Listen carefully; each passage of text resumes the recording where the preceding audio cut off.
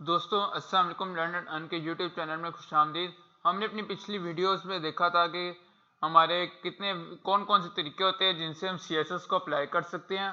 तो आज की हम अपनी इस वीडियो में देखेंगे कि हम अपने सिलेक्टर्स हमारे क्या होते हैं और हम कौन कौन से होते हैं और हमको किस तरह चूज करते हैं। तो जल्दी से हम एक अपनी नई क्लास क्रिएट कर लेते हैं and this is our class in.h।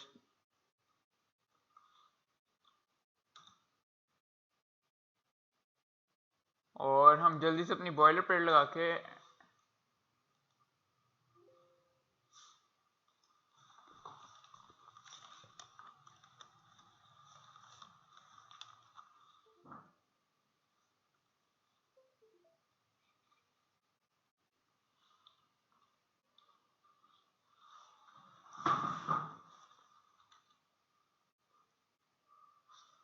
तो हमने अपनी बॉयलर प्लेट लगा ली। अब यहाँ पे हम देखेंगे, हमने जिस तरह पहले देखा था कि हमारे पास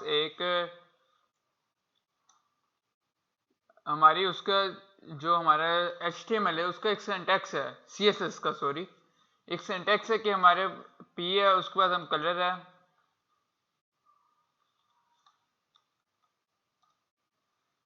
और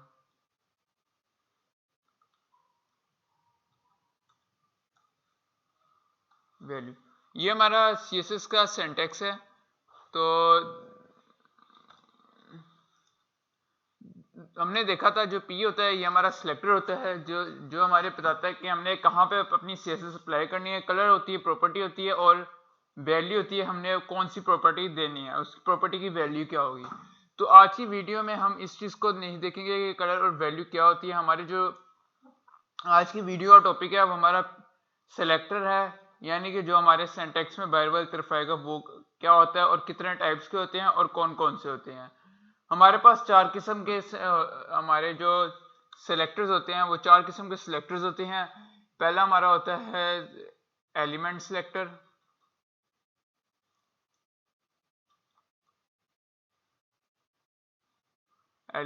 होता है। दूसरा हमारा आईडी सेलेक्टर होता है।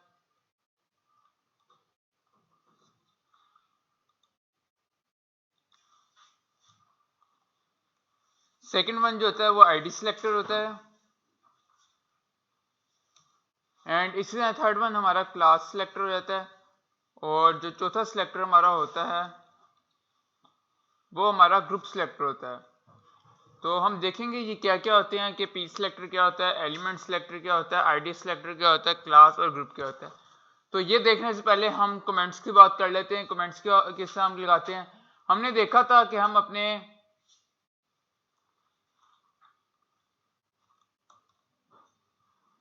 हेड में अपने जो बॉडी में कमेंट्स करते थे वो हम किस तरह करते थे। फॉर एग्जांपल अगर हम बॉडी में अपना एक हेडिंग का टैग लगाते हैं H1 का और उसके अंदर लिखते हैं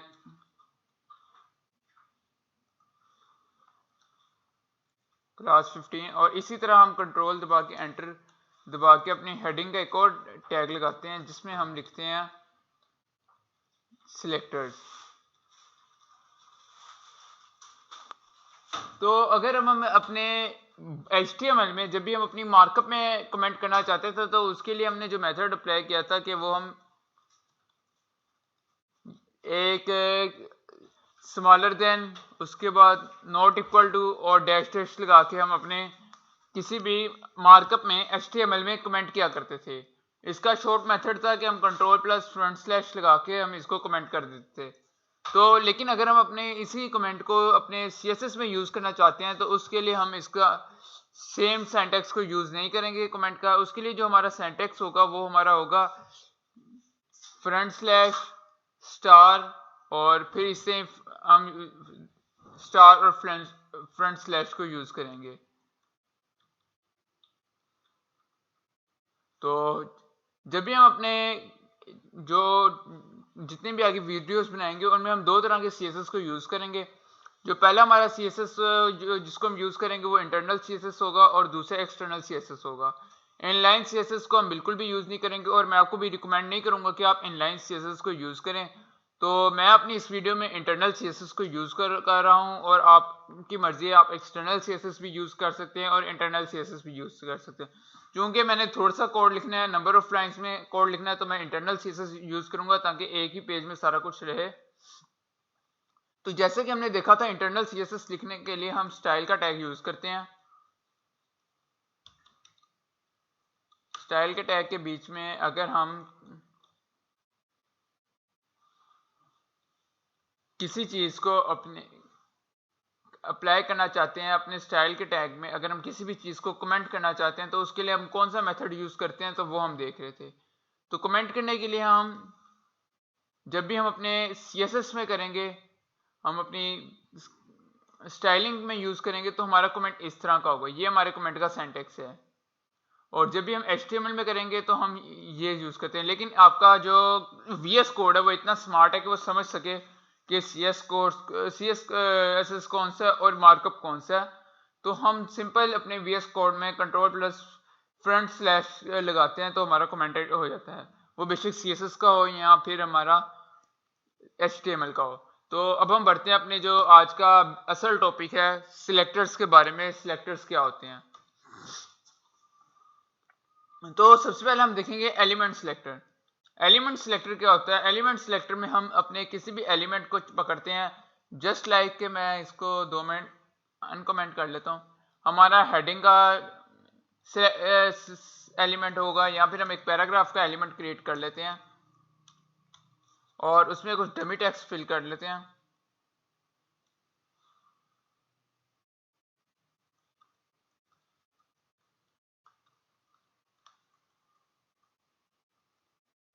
लोरम 32 के नाम से, और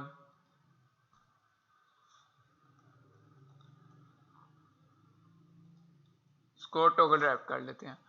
तो अब हमारा जो सिलेक्टर है, एलिमेंट सिलेक्टर, वो जस्ट लाइक कि हमारा p टैग है, h2 टैग है, या हमारा div का टैग है, ये हमारा होगा जो हमारा सिंपल एलिमेंट सिलेक्टर। तो हम यहाँ पे अपना एलिमेंट सिलेक्टर देख लेते हैं। हम अपने सिलेक्टर के थ्रू बेसिकली हमारे सिलेक्टर का रोल क्या होता है, हम अपने HTML में जिस चीज़ को टारगेट करना चाह रहे होते हैं वो हमारा सिलेक्टर होता है। अगर हम हेडिंग को टारगेट करना चाह रहे हैं तो हम हेडिंग का सिलेक्टर यूज़ करेंगे। अगर हम किसी क्लास को टारगेट करना चाह रहे हैं तो हम उसका सिलेक्टर यूज़ करेंगे, या फिर अगर हम किसी आईडी को टारगेट करना चाह रहे हैं उसका सिलेक्टर यूज़ करेंगे। तो फिलहाल हम अपने एलिमेंट के थ्रू अपने CSS को अप्लाई करेंगे। तो हम अपने एक और p का टैग क्रिएट कर लेते हैं, p और lorem 2, हमारे 2 p के टैग हैं। तो अब हम p के टैग के थ्रू हम अपने CSS p के टैग को एज ए सिलेक्टर यूज करते हुए हम टारगेट करते हैं HTML को, और हम लिखते हैं हमारा जो सिंटैक्स हमने देखा था पहले CSS के इंट्रोडक्शन में, कि हम सिलेक्टर सबसे पहले लिखेंगे, सिलेक्टर के बाद कर्ली ब्रैकेट्स लगा के उसके अंदर हम प्रॉपर्टीज लिखेंगे। तो अगर हम इसमें कलर इसका चेंज करना चाहते हैं तो हम लिखेंगे कलर, हम ब्लू लिख देते हैं अपने पैराग्राफ का। तो हमने इस मेथड के थ्रू अपने पैराग्राफ का कलर ब्लू सेलेक्ट कर लिया। अब हम जल्दी से गो लाइव चले जाते हैं।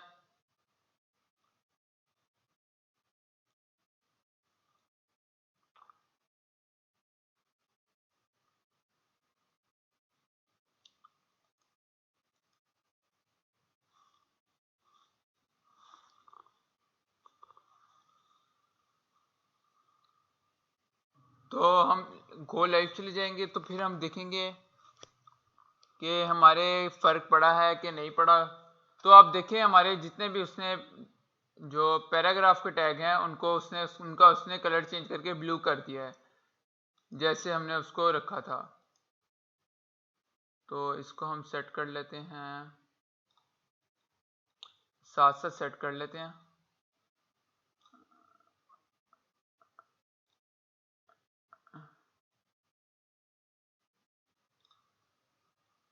तो हमने देखा हमने जब अपना p टैग को यूज़ किया और p एलिमेंट के थ्रू हमने उसको टारगेट किया, तो हमने देखा कि हमने जितने भी पैराग्राफ हैं उसने उनका कलर ब्लू कर दिया। अगर हम पैराग्राफ इसमें अपने एक आपको बात बताता हूँ कि अगर हम एक डिव क्रिएट कर लेते हैं,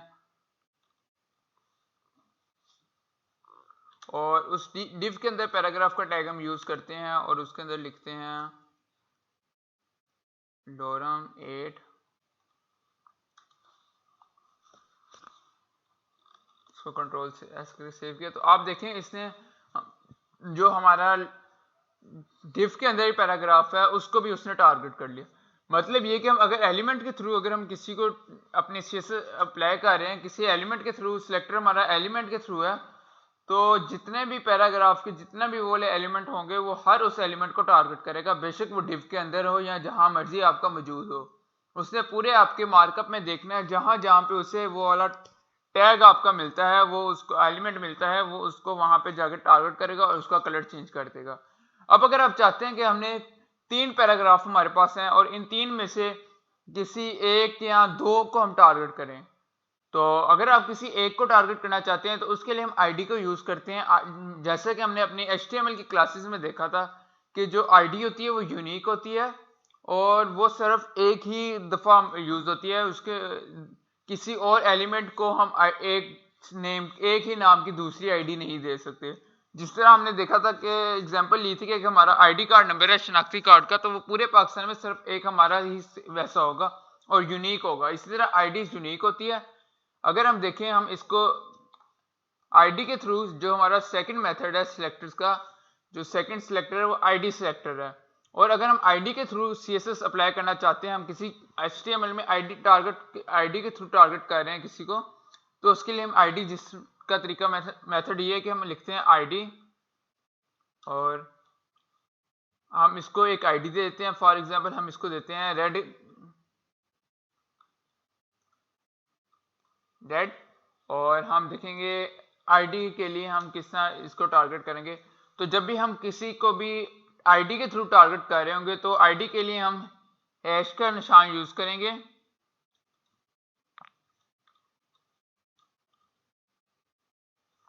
और हैश के बाद उस आईडी का नाम, फॉर एग्जांपल अगर हमारी आईडी का नाम रेड है तो हम हैश रेड और कर्ली ब्रैकेट्स और बाकी सेम सिंटैक्स हम लिखते हैं कलर इज इक्वल टू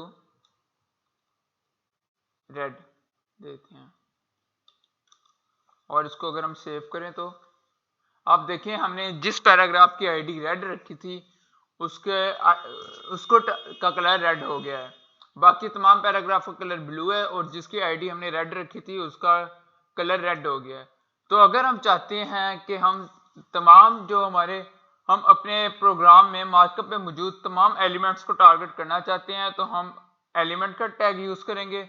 अगर हम चाहते हैं किसी यूनिक एलिमेंट को हम टारगेट करना चाहते हैं, किसी यूनिक टैग को हम टारगेट करना चाहते हैं, तो हम उसके लिए आईडी के थ्रू उसको टारगेट करेंगे।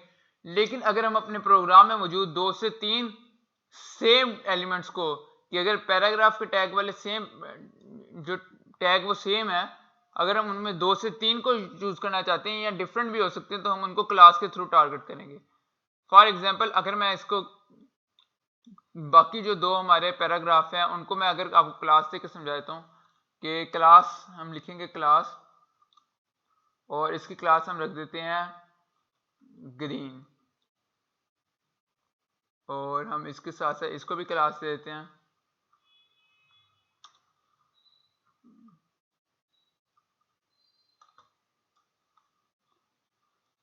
ग्रीन। तो अब आप देखिए हमने अपने 2 पैराग्राफ को, अपने 3 में से 2 पैराग्राफ को क्लास ग्रीन क्लास दे दिया। तो हम क्लास के थ्रू अपने मार्कअप को कैसे टारगेट करेंगे? हम सिंपल जाएंगे और क्लास को टारगेट करने के लिए हम डॉट यूज करते हैं। एक दफा फिर आपको बता दूं, जब हम एलिमेंट को टारगेट करना चाहते हैं सिंपल एलिमेंट का नाम लिखते हैं या टैग का नाम लिखते हैं। अगर हम आईडी के थ्रू टारगेट करना चाह रहे हैं तो हम हैश को यूज करते हैं और अगर हम क्लास को टारगेट करना चाह रहे हैं तो हम डॉट लगा कर टारगेट करते हैं। लाइक डॉट ग्रीन के नाम से, अगर हमारे ग्रीन के नाम से क्लास है तो डॉट ग्रीन, आप इसमें लाजिम नहीं ग्रीन ही लिखें, आप कुछ भी रख सकते हैं और बाकी सिंटैक्स सेम है हमारा। और अब हम इसका बैकग्राउंड का कलर चेंज करते हैं। बैकग्राउंड कलर हम इसका सी ग्रीन रख देते हैं और कंट्रोल एस करते हैं। तो आप देखेंगे हमने अपने जो क्लास के थ्रू टारगेट किया, तो जिस को हमने अपनी क्लास ग्रीन दी तो उसका बैकग्राउंड कलर चेंज हो गया। एक बार फिर अगर हम जो आईडी होती है वो यूनिक होती है, आप लोगों ने आईडी और क्लास में कंफ्यूज नहीं होना। आईडी यूनिक होती है और क्लास मल्टीपल टैग्स को सेम क्लास दी जा सकती है, लेकिन मल्टीपल टैग्स की को सेम आईडी नहीं दी जा सकती। हर किसी की आईडी डिफरेंट होगी। तो अब जो हमारी लास्ट वन सिलेक्टर है, हमने अपने 4 में से देख लिया। एलिमेंट सिलेक्टर भी हमें समझ आ गई कि हम टैग के थ्रू टारगेट करेंगे, आईडी सिलेक्टर भी समझ आ गई, क्लास सिलेक्टर भी समझ आ गई, और ग्रुप सिलेक्टर। जो हमारा ग्रुप सिलेक्टर होता है उसमें हम मल्टीपल टैग्स को यूज करते हुए या मल्टीपल क्लासेस को यूज करते हुए या एक आईडी एक क्लास को यूज करते हुए को हम सेम टारगेट चीज के देना अप्लाई करना चाह रहे हैं, तो उसके लिए हम ग्रुप सिलेक्टर को यूज करते हैं। हम एक साथ डिफरेंट चीजों को टारगेट कर सकते हैं। फॉर एग्जाम्पल अगर हम देखें, मैं इसके अंदर एक हेडिंग भी क्रिएट कर देता हूं डिव के अंदर ही, H3, और इसके अंदर मैं लिख देता हूं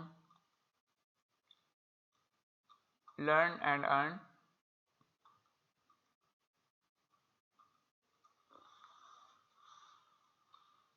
और आप अगर देखें तो हम अपने ग्रुप सिलेक्टर के थ्रू किस तरह करेंगे, हम सब अपने जाएंगे यहाँ पे, हम लिखेंगे भाई हमारे डिव को, और हमारे डिव के साथ साथ हमारी हेडिंग 1 को हम अपने डिव पे और हेडिंग 1 पे सेम रूल अप्लाई करना चाह रहे हैं। तो हमने उसे कहा कि भाई हमारे डिव को और हमारे हेडिंग 1 को का कलर आपने ब्लू की बजाय चेंज करके उसे रखते हैं, या फिर आप इस पे बॉर्डर लगा सकते हैं। फॉर एग्जाम्पल इसमें बॉर्डर लगाते हैं,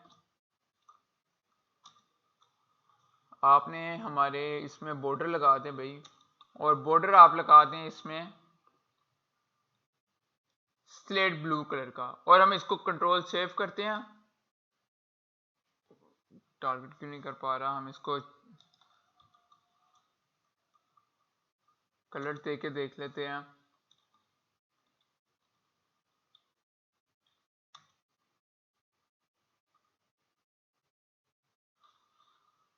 तो बॉर्डर में आई होप के कोई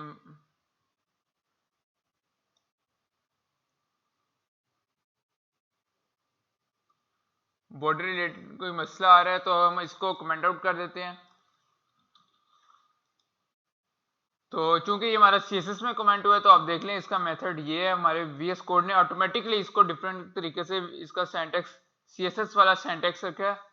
तो हम देख लेते हैं, हमने अपने मल्टीपल जो उनको टारगेट किया है, मल्टीपल हेड टैग्स को टारगेट किया है। हमने अपने डिव को और हेडिंग 1 को सेम टारगेट किया कि हम उसका कलर चेंज करना चाहते हैं। तो हमने अपनी डिव का और हेडिंग 1 का एक साथ भी CSS अपने दो टैग्स पे, मल्टीपल टैग्स पे एक साथ भी हम CSS अप्लाई कर सकते हैं, और उस मेथड को कहते हैं अपना ग्रुप सिलेक्टर। तो ये तो हमारा सिलेक्टर हो गया। आपने इस चीज को फिलहाल इग्नोर करना है क्योंकि ये हमारी आज की क्लास का हिस्सा नहीं। आज की क्लास में हम अपने सिलेक्टर्स को समझ रहे हैं।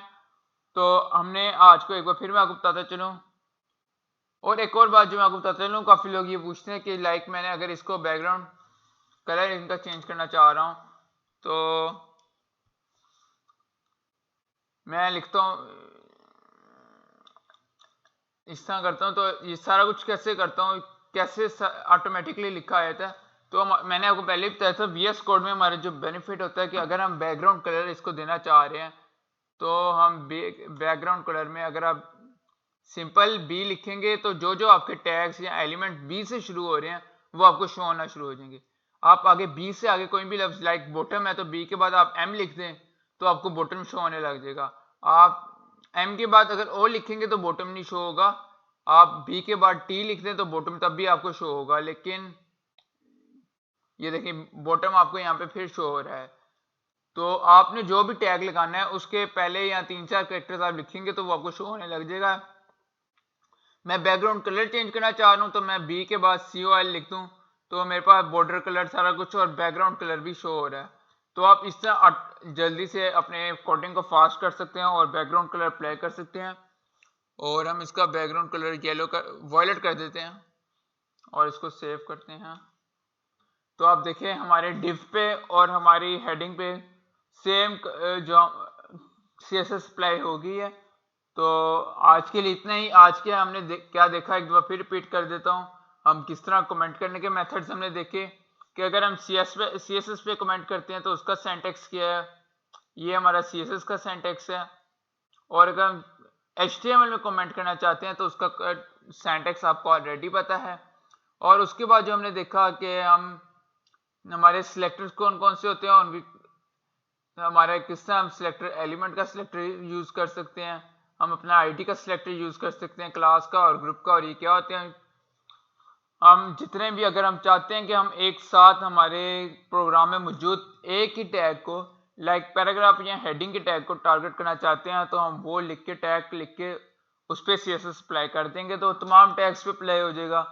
अगर हम चाहते हैं कि हमारा किसी यूनिक टैग पे अप्लाई हो, किसी एक ही टैग पे अप्लाई हो, तो हम आईडी के थ्रू टारगेट करेंगे उसे। अगर हम मल्टीपल टैग्स को, 2 से 3 टैग्स को अप्लाई करना चाह रहे हैं, लाइक पैराग्राफ के हमारे पास 3 टैग थे, तो हम उनमें से 2 को अगर अप्लाई करना चाह रहे हैं तो हम उसके लिए क्लास चूज करेंगे। और अगर डिफरेंट टैग्स को यूज करना चाह रहे हैं, 2 से 3 किस्म के टैग्स को यूज करना चाह रहे हैं, लाइक बिफोर हेडिंग 1, तो उसके लिए हम ग्रुप सिलेक्टर यूज करेंगे। तो उम्मीद करता हूँ आपको सिलेक्टर्स की समझ आई होगी। आज के लिए इतना ही। खुदा हाफिज।